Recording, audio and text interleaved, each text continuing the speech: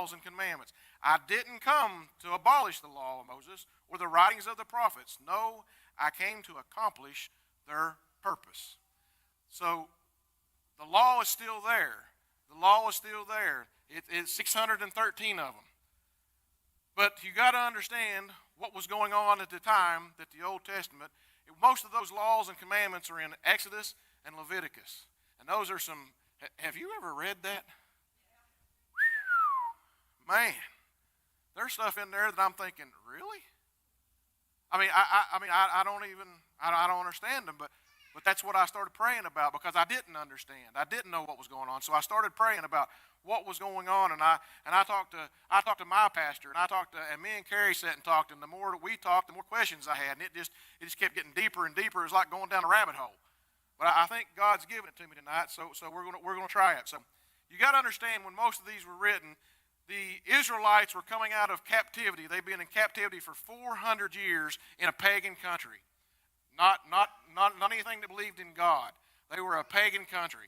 So they were sinful, and they needed to be redeemed and start to have a relationship with God.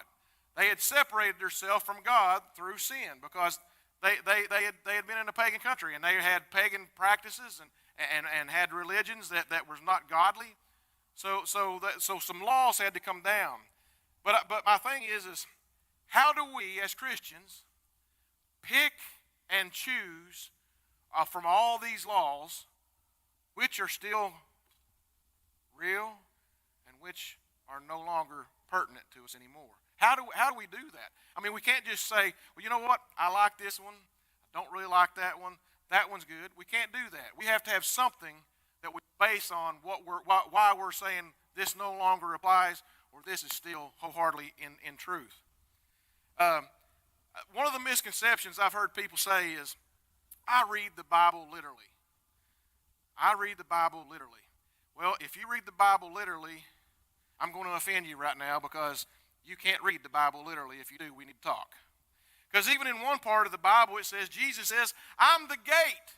So you're telling me he's the fence? Maybe what you should be saying is, I read the Bible literally the way it was meant to be read. Maybe the way it was meant to be read. And what I'm talking about is when we look at the Bible, we need to look at how it was written, what it was for. You know, the books of the Bible, we have history in the Bible.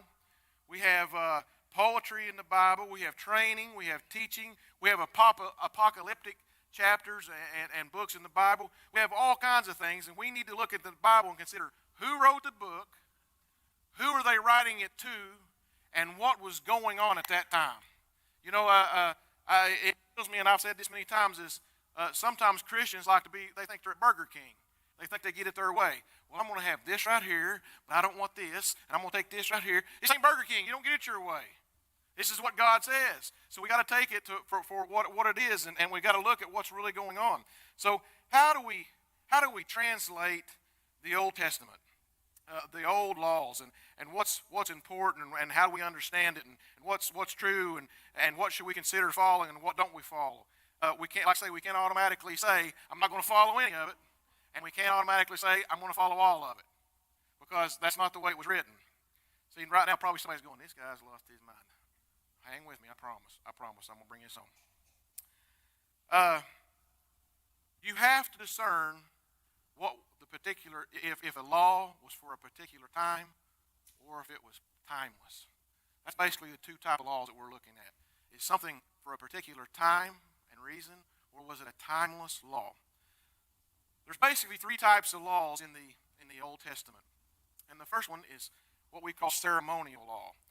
And actually, in Hebrew, it's called hukum in Hebrew, which actually and literally means custom of a nation. Ceremonial law was given to Israel for a particular purpose. You got to understand, they were the chosen people of God. They were practicing pagan laws because they had been in captivity for 400 years. They were practicing what the Egyptians did and the Babylonians and everybody else, wherever they'd been. So God gave them ceremonial laws to separate them, to make them different. You know, we're sitting here and we're on the Oceanside restaurant, and we're having a big feast. We got fish and we got crab and we got shrimp and we got all this. But as an Israelite, I'm only going to eat the fish because it has fins and scales, because that was one of the commandments, that you couldn't eat anything from the ocean, marine, unless it had fins or scales. You couldn't eat shellfish. So right now, somebody says, "Why aren't you eating that? You don't like it?" I'm not allowed to. It set them apart. It gave them something to set them apart. There was a lot of dietary regulations. But here's what I'm telling you. These laws were not meant for all people at all times. Just in Leviticus alone, the first 5 chapters talks about burnt offerings. When's the last time you did a burnt offering? So obviously we feel that that's no longer needed, right? And one of the reasons it's not needed is because Jesus Christ is our offering. So that law is no longer a valid law for us. It's a ceremonial law that was meant for the Israelites at the time they came out of captivity until Jesus came. So it had a definite purpose. In Galatians 3:23 it says, "Before the coming of this faith, we were held in custody under the law, locked up until the faith that was to come would be revealed. So the law was our guardian until Christ came, that we might be justified by faith. Now this faith has come, we are no longer under a guardian." We are not guarded by law. If you are a Christian today, you are guarded and separated by the Holy Spirit. That's what separates you now. That's how we can tell that you're different, because I can see the Holy Spirit in your face. I can see the Holy Spirit in your actions. I can hear it in your voice. I can see that you are different. When things should be crushing you, you've got superpower because you've got the power of the Holy Spirit living.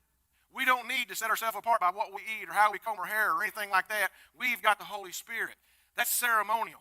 We are separated by the Holy Spirit. That's what sets us apart. The second type of law that you find in the Old Testament is what we like to call civil law. Once again, civil law was not meant for all people at all times. Now, civil law governed, or was laws for the government, the businesses, how to punish crime, treatment of slaves. So right now, slavery is illegal, so there's no way that those laws could apply to us anymore, right? Right? Let's just give it for instance what I'm talking about. What maybe a civil law would be. Let's say you're a farmer. That's your business. And you plant a fruit tree. And on that first year, it produces fruit because maybe it's just unbelievable that year. You cannot eat it the first year. You cannot eat it the second year. You cannot eat it the third year. On the fourth year, whatever that fruit tree yields, you consecrate and give to God. Only until the 5th year could you eat that fruit from that tree on the 5th year. Well, why would that be? Well, number one, it would set you apart